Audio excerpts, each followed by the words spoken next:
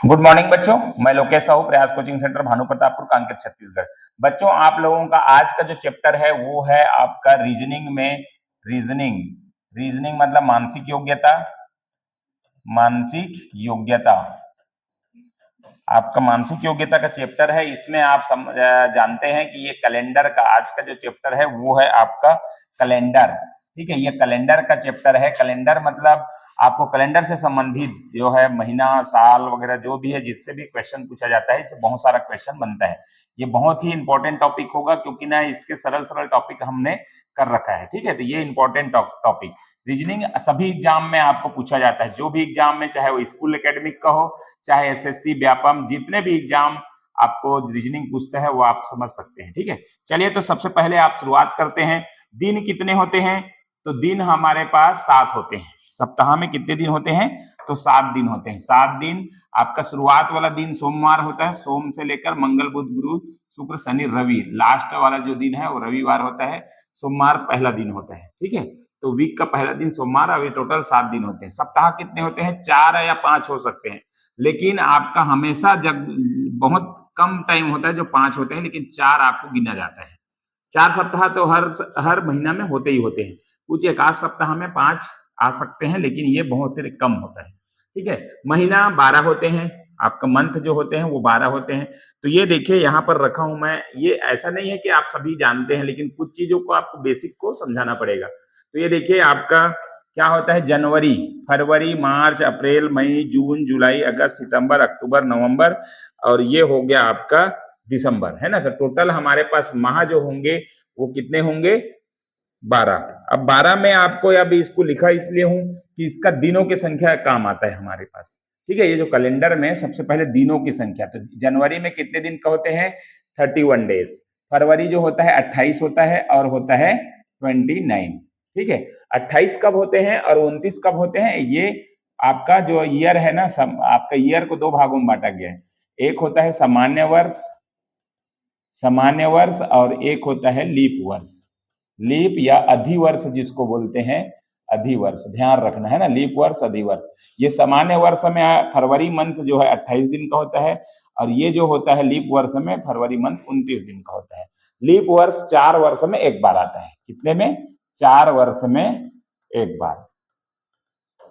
ये ध्यान रखिएगा, है ना। तो ये होगा लीप वर्ष, और आगे और बताऊंगा इसके बारे में, लेकिन ये सामान्य वर्ष में 28 और जो है लीप वर्ष में आपका 21। ठीक है, मार्च होता है 31 डेज का। अप्रैल कितने का होगा? 30 का। मई होगा 31 डेज। जून जो होगा वो 30 का होगा। जुलाई जो होगा वो 31 का। अगस्त भी 31 का। सितंबर 30 का। अक्टूबर 31 का। नवंबर 30 का, और दिसंबर 31 का। ठीक है, तो ये इस तरीके से मंथ होते हैं। ठीक है, ये इसको आपको नोट डाउन करना है, ये बिल्कुल याद होना चाहिए। तो हमारे कैलेंडर में बहुत ज्यादा उपयोगी है ये। ठीक है, अगला जो हम लोगों का है वो है पेज नंबर 2। ठीक है, पेज नंबर 2 में आप देखेंगे इस तरीके से आपका वर्ष 365 या 366 का दिन का होते हैं। ठीक है, 366 दिन मतलब जिस वर्ष आपका ये सामान्य वर्ष है 365 दिन, 66 कब हो जाते हैं? जब महीना जो है फरवरी जो है 29 का हो जाता है, तो उसी को ही एक दिन बढ़ जाता है, इसी वजह से ये लीप वर्ष है। लीप वर्ष में हमेशा क्या होता है? महीना में 366 दिन। ठीक है, अभी बताया जाएगा कि कौन सा साधारण वर्ष है, कौन सा लीप वर्ष। अब ये देखिए साधारण वर्ष लिखा है, साधारण वर्ष।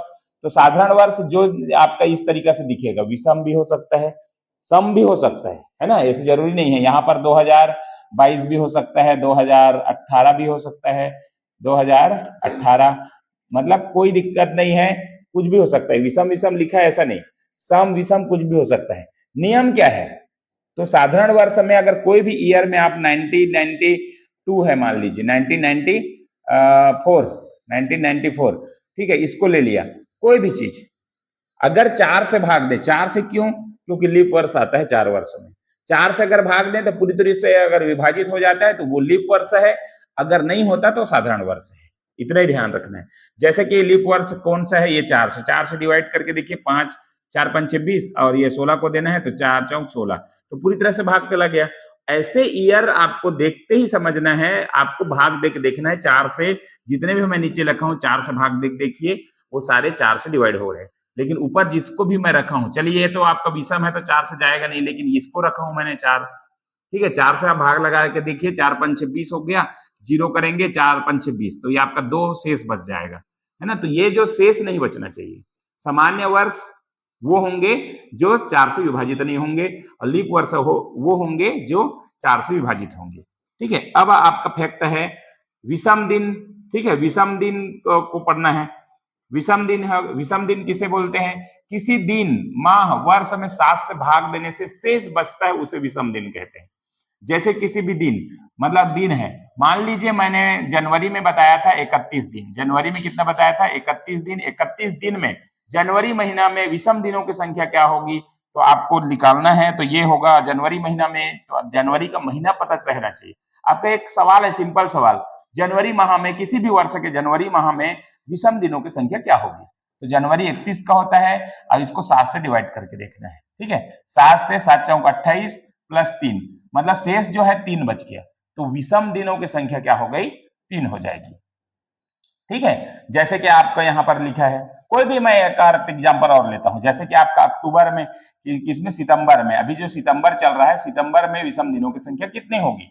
तो सितंबर महीना होता है 30 का, 4 से भाग देखिए, 4 सत्ते 28, 2 शेष बच गए, मतलब 2 विषम दिन आ जाएंगे। चलिए, ऐसा अगर पूछते हैं अपन, ठीक है, कोई भी चीज का, कोई भी महीना का, ठीक है, तो यहाँ पर आपका ये प्रश्न आ रहा है, साधारण वर्ष में विषम दिनों की संख्या कितनी होगी? तो साधारण वर्ष मतलब क्या है? साधारण वर्ष में पूरे दिन की संख्या क्या होती है? 365, 365 दिन होती है साधारण वर्ष में, ठीक है। तो साधारण वर्ष में को हम 7 से डिवाइड करेंगे, साधारण वर्ष को 7 से डिवाइड करेंगे, 7 एकम 7, 7 पंच 35, 1 बचा, 7 दूने 14, विषम दिन की संख्या क्या निकल गया? 1। क्या लिखा है? किसी दिन, माह, वर्ष में 7 से भाग देने से शेष बचता है उसे विषम कहते हैं, विषम दिन कहते हैं। हम 7 से इसलिए भाग दे रहे हैं कि 7 ही दिन है हमारे पास एक वीक में कितने दिन है? 7 ही दिन, इसी वजह से 7 से डिवाइड कर रहे हैं। जितने भी दिन पूछा साधारण वर्ष। अब दूसरा आपका क्वेश्चन है, लीप वर्ष में विषम दिनों की संख्या कितनी होगी? तो लीप वर्ष में टोटल दिनों की संख्या 366 होती है। क्यों होती है लीप वर्ष में 366? क्योंकि फरवरी माह में, कोई भी लीप ईयर में फरवरी माह में 29 दिन होता है, 29 डेज होता है, इस वजह से। तो 7 से डिवाइड करके देखिए, 7 से डिवाइड करेंगे तो 7 पंच 35, और आपका 1 बचा, 7 दूने 14, आपका 2, आपका क्या बच गया? शेष बच गया। तो लीप ईयर में 2 और सामान्य ईयर में, सामान्य वर्ष में 1 विषम दिन होते हैं, ठीक है। चलिए नेक्स्ट है आपका, अगला बढ़ते जाएगा इस तरीके से। आपका यह सवाल है, 25 दिन में विषम दिन की संख्या कितनी होगी? सिर्फ 25 दिन लिखा है, दिनों की संख्या बस लिखा है, तो 25 डेज में 7 से भाग दीजिए, 7 या 21, 21 के बाद कितना बच गया? 4 शेष दिन होगा, विषम दिन कितना होगा? 4, तो ये आपका विषम दिन हो गया 4। 30 दिन में विषम दिन की संख्या, तभी मैं बताया था 30 दिन, तो 30 को 7 से डिवाइड कर दो, तो 7 चौक 28 प्लस 2 शेष बचा, तो 2 होगी, ठीक है। ये हो गया आपका कुछ सामान्य सी बातें, ठीक है। अब है ये आपका विषम दिन है, तो विषम दिन आपको ध्यान रखना है, विषम दिन के संबंध में विषम दिन लिखा है, मतलब 0 आया अगर, तो 0 रहता है, एक्चुअल में इसका अभी मेरे ख्याल से काम नहीं है। एक पहला दिन आपका क्या है? सोमवार होता है, इसको ध्यान रखना, काम तो आएगा ये, ठीक है। दूसरा आ गया है तो आपका क्या है? मंगलवार, 3 आ गया बुधवार, 4 आ गया तो गुरुवार, 5 आ गया शुक्रवार। ये बड़ा क्वेश्चन में काम करता है, आप इसको ध्यान रखिए, नोट डाउन करके रखिएगा, विषम दिन का क्रमांक क्या है। आप इसको जब हम प्रैक्टिस के रूप में करेंगे, लगभग चौथा पांचवा प्रैक्टिस में आएगा, एकदम ज्यादा जब हार्ड में हम लोग पहुंच जाएंगे। अभी तो बेसिक है, पार्ट 2 है ये, एक्चुअली पार्ट 1 पहले से बना है, लेकिन उसको मैं नहीं लेता, इसी को पार्ट 1 ले रहा हूँ। पार्ट 1, पार्ट 2, पार्ट 3 इस टाइप का जाएगा। तो प्रैक्टिस जब चालू होगा ना, वहां क्वेश्चन मैं लगाऊंगा इसका। ये बहुत बड़ा क्वेश्चन है, बहुत कम इसका आता है। चलिए, आपका प्रश्न लग रहा है अब, ठीक है, आपका प्रश्न लग रहा है, देखिए 8 सितंबर अगर रविवार है, 8 सितंबर, पिछला 8 सितंबर जो है वो रविवार था, तो अगला रविवार कब होगा? एकदम सिंपल क्वेश्चन पे जा रहा हूं मैं, है ना। 8 सितंबर अगर रविवार है, 8 सितंबर मान लीजिए, 8 सितंबर को कौन सा दिन था? सितंबर एक्चुअल में ये कैलेंडर था, ये वीडियो जिस दिन बन रहा था, जिस दिन टाइपिंग हो रहा था, उस दिन का डेट है 8 सितंबर 2000, जो भी है 8 सितंबर को क्या है? 2024 ही था, रविवार है ये, रविवार। तो अगला रविवार कब होगा? अगला रविवार, तो कोई भी दिन को हमको अगर सेम डे लाना है, तो हमको क्या करना पड़ेगा? +7 से जोड़ देना है।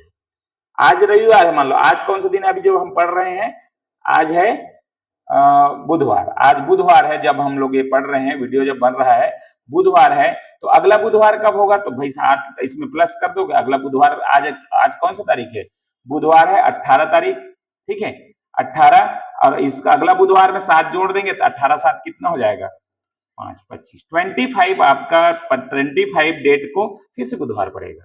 क्या किया मैंने, सिर्फ 7 को जोड़ा, क्योंकि 7 जोड़ने पर वही दिन आ जाते हैं, है ना, 7 दिन का वीक होता है, तो वही जोड़ने पर वही दिन, इस सवाल का मतलब वही था।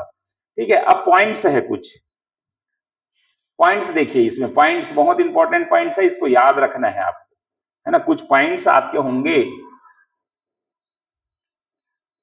ठीक है, कुछ पॉइंट्स हैं, जैसे किसी भी दिन में 7 जोड़ने या घटाने पर वही दिन प्राप्त होता है, पिछला क्वेश्चन में मैंने दिखाया। ठीक है, आपका पहला नंबर पॉइंट, अगर आज जैसे मैं जोड़ देता हूं, बुधवार में अगर मैंने जोड़ा, 7 दिन जोड़ना है मेरे को, तो वही दिन आपको आ जाएगा, बुधवार ही आएगा। ठीक है, 7 जोड़ने से, पीछे घटाने से भी वही दिन, और जोड़ने से भी वही दिन, इस चीज को पहला पॉइंट। दूसरा, साधारण वर्ष का पहला व अंतिम दिन समान, बहुत बेस्ट ये आपका पॉइंट्स है। साधारण वर्ष का पहला व अंतिम दिन, मान लीजिए साधारण वर्ष है अगला वाला 2025, अगला जो है 2025, है ना, आप कैलेंडर में देख के बताएंगे इसको, 1 मिनट ना।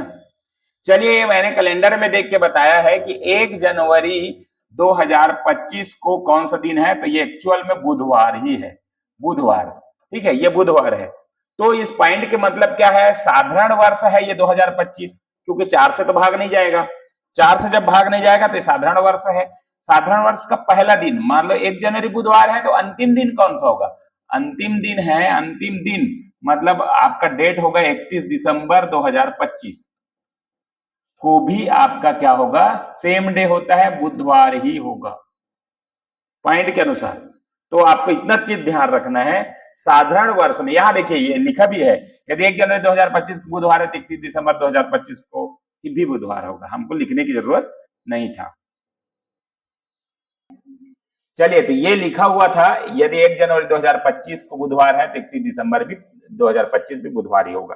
पॉइंट नंबर नेक्स्ट है, वो लिखा है आपका, देखिए लीप वर्ष में अंतिम दिन में, लीप वर्ष का अंतिम दिन, अगर लीप वर्ष है, मान लीजिए कि आपका 2024, चलिए अगला लीप वर्ष जो भी आएगा, मैं नहीं देख रहा हूं, लेकिन अगला लीप वर्ष 2025 के बाद 28 आएगा, 2028 क्या है, 2028 लीप वर्ष आने वाला है। ठीक है, अगर इसका पहला दिन क्या होगा, गुरुवार होगा, मान लो पहला दिन, मैं ऐसे लिख रहा हूं, है ना, मैं होगा कि नहीं होगा नहीं पता मेरे को। ठीक है, तो आपका पहला दिन मतलब 1 जनवरी 2028 को कौन सा दिन है, गुरुवार है मान लीजिए, तो पॉइंट के अनुसार क्या होगा, लीप वर्ष में अंतिम दिन में 1 दिन की वृद्धि हो जाती है, अंतिम दिन में क्या होगा, 1 दिन की वृद्धि। तो गुरुवार जो है 31 दिसंबर में 2028 अगर निकालूं, तो वो डेट जो होगा 1 दिन प्लस हो जाएगा, मतलब गुरुवार था तो क्या हो जाएगा, शुक्रवार। सामान्य वर्ष में सेम डे होता है, 1 जनवरी और 31 दिसंबर, लेकिन लीप वर्ष में क्या होता है, 1 जनवरी को लीप वर्ष में उस डेट से 1 प्लस हो जाता है, आखिरी दिन में 1 प्लस। ठीक है, चलिए नेक्स्ट है आपका साधारण वर्ष में, अगले वर्ष में 1 दिन बढ़ जाता है। अब यहां पर बात ये आई है, साधारण वर्ष मतलब मान 2025 ही बोल रहा हूं मैं, 1 जनवरी 2025 बुधवार है ना, बुधवार, तो 1 जनवरी 2026 को कौन सा दिन होगा, ऐसा मतलब है इसका।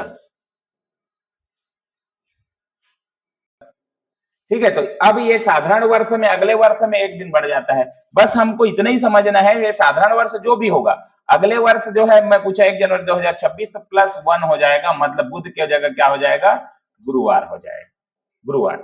ये पॉइंट है, पॉइंट से हिसाब से पढ़ना है ना। अब नेक्स्ट है आपका, ये आपका देखिए यहाँ पर 1 जनवरी 2023 को रविवार हो, तो 1 जनवरी 2024 को कौन सा होगा, साधारण वर्ष है, साधारण वर्ष है, तो आपको क्या करना है, 1 जनवरी 2023 कौन सा वार है, रविवार लिखा है, तो रविवार है, और आगे आने वाला के बारे में नहीं पूछ रहा है, वो तो 1 जनवरी ही है, तो 24 को कौन सा दिन होगा, तो +1 होगा, मतलब क्या होगा, सोमवार। दूसरा, लीप वर्ष में अगले वर्ष में 2 दिन बढ़ जाता है, अगर कोई क्या रहे, लीप वर्ष रहे, यहां पर दिया है सीधा 1 जनवरी 2024, 1 जनवरी 2024 को रविवार था। क्या था? रविवार। तो 1 जनवरी 2025 को कौन सा होगा? 1 जनवरी 2025। लीप वर्ष से आगे बढ़ रहा है, तो एक दिन लीप वर्ष में बढ़ चुका है, मतलब क्या बोला है? 2 दिन बढ़ जाता है। तो हमको +2 रविवार +2 करना है, तो हमारा आंसर रविवार, सोमवार, मंगलवार होगा। मंगलवार। तो ऐसे आपको ये फैक्ट को याद रखना है, फैक्ट बहुत इंपॉर्टेंट है। ठीक है, नेक्स्ट है आपका टाइप 1। तो चलिए, ये वीडियो एक बेसिक के रूप में मैंने सिर्फ एक पॉइंट और बेसिक बताया, उसको एक वीडियो रखते हैं। अगला जब वीडियो आएगा हमारा तो वो होगा टाइप 1 से स्टार्ट होगा। हर एक टाइप में एक एक क्वेश्चन दिया जाता है, 2-2 क्वेश्चन दिया जाता है। एक क्वेश्चन में अगर समझ नहीं आया तो अगले क्वेश्चन में आप कर सकते हैं। तो चलिए, इस वीडियो को यहीं पर समाप्त करते हैं। वीडियो अच्छा लगा तो लाइक शेयर कमेंट जरूर करें। Thank you. रुको बैठ।